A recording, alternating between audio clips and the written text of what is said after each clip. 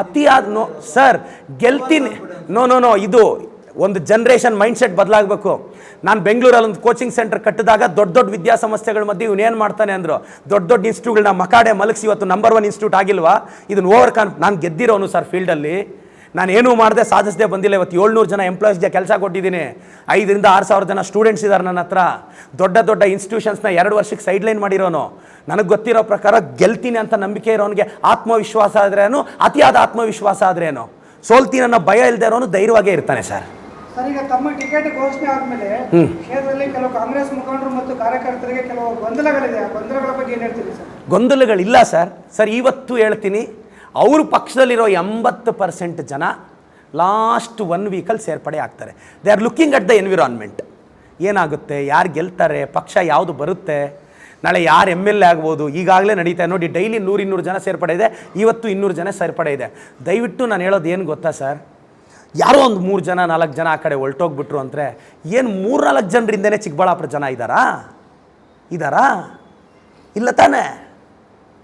ನಾನು ಹೇಳೋದದು common man ಮುಖ್ಯ ಇಲ್ಲಿ ಸರ್. ಸ್ವಂತ ಅಣ್ಣ ತಮ್ಮಂದ್ರೆ ಮಾತು ಕೇಳಿಲ್ಲ, ಸ್ವಂತ ಫ್ಯಾಮ್ಲಿಯವರು ಹೇಳಿ ಸರ್. ಕರೆಕ್ಟಾಗಿ ನಿಮ್ಮ ಸ್ವಂತ ಅಣ್ಣ ತಮ್ಮಂದ್ರ ಕೈಯಲ್ಲಿ ಓಟ್ ಹಾಕ್ಸೋಕ್ಕಾಗುತ್ತಾ ಸರ್ ನಾವು? ಅವ್ರವ್ರ ಉದ್ದೇಶಗಳು ಅವ್ರವ್ರಿಗಿರುತ್ತೆ, ಅವ್ರವ್ರ ಡ್ರೀಮ್ಸ್ ಅವ್ರವ್ರಿಗಿರುತ್ತೆ. ಸೊ ಯಾವುದೋ ಒಂದು ಲೀಡರ್ ಓಕೆ ನಾನು ಒಪ್ಕೊತೀನಿ, ಬಟ್ ಏನೋ ಪ್ರತಿಯೊಬ್ಬರು ಅಲ್ಲಿ ಹೋಗಿದ ತಕ್ಷಣ ಏನೋ ಆಗ್ಬಿಡುತ್ತೆ. ನಾನು ಅದನ್ನು ನಂಬಲ್ಲ sir. I believe in common man. ಅವನ ಎಮೋಷನ್ ಬ್ಯಾಲೆಟ್ ಮಿಷಿನ್ ಮುಂದೆ ಹೋದಾಗ ಕೈಯಿಂದ ಕೈಗೆ ಒತ್ತೋದವನು, ನನಗೆ ಗೊತ್ತಿದ್ದು.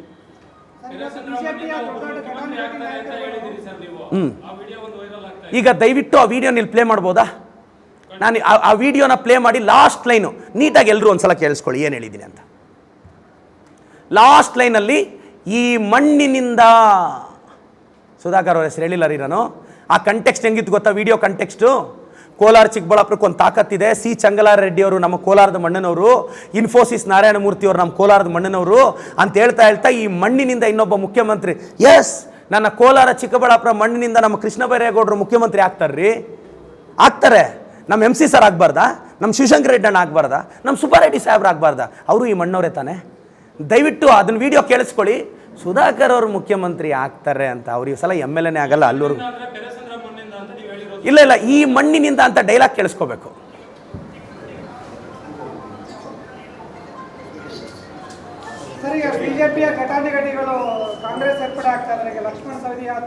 ಜಗದೀಶ್ ಶೆಟ್ಟರ್ ಸಾಹೇಬ್ರು ಆಗ್ಬೋದು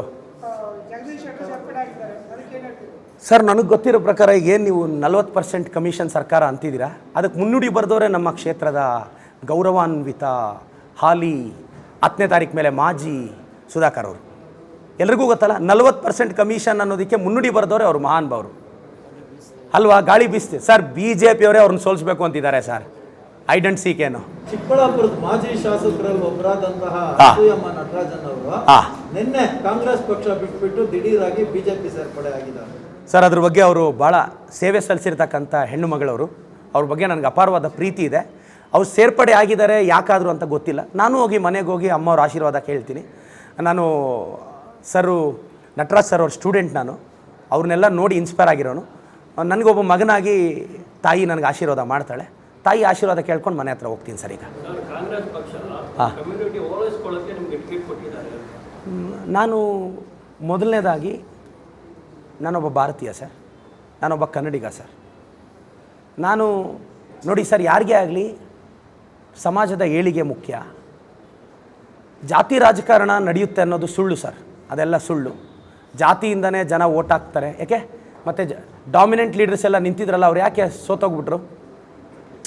ಜನ ಸರ್, ಗ್ರೌಂಡ್ ರಿಯಾಲಿಟಿ ಒಂದು ಹೇಳ, ನಾವು ಏನೆಲ್ಲ ಮಾತಾಡ್ಕೊತೀವೋ ಅದೆಲ್ಲ 500ರಿಂದ 1000 ಜನರ ಅಭಿಪ್ರಾಯ.